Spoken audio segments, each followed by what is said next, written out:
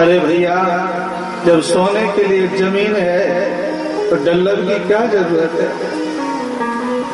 और भिक्षा मांगने से जब पेट भर जाता है तो फिर ज्यादा प्रयास क्या करना है? चीराणि किम पति न संति दिसंति भिक्षाम। अरे केलों के पत्ते कोई सड़ थोड़ी ना गए हैं, उनकी लंगोटी लगाने से जब काम चल जाएगा तो हम धन के मतवाले लोगों का क्यों भजन करें? और भैया, ये श्लोक जब उन्होंने पढ़ा, पढ़ करके बैराग, मैं आपको ये बताना चाहता हूं कि जब अच्छी तरह से भागवत पढ़ लोगे और अच्छी तरह से सुन लोगे तो दुनिया के न रहोगे न दुनिया में मन लगेगा।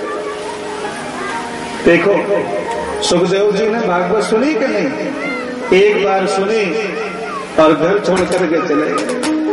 परीक्षित ने एक बार कथा सुनी और एक बार ही मुक्त हो गया है।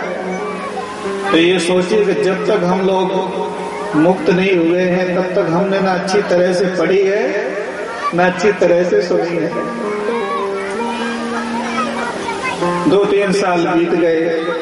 जब ये विद्वान लौट करके नहीं आए तो राजा ने कहा कि अगर वो पंडित जी पढ़ करके नहीं आए, हर साल पढ़ करके आते थे, कहते थे कथा सुनो। पता लगवाया, पूरे बनारस में लोगों ने खोजा कि भैया एक पंडित जी पढ़ करके गांव जाते थे, राजा से कहते थे कि हमारी कथा सुन लो, वो कहाँ गए?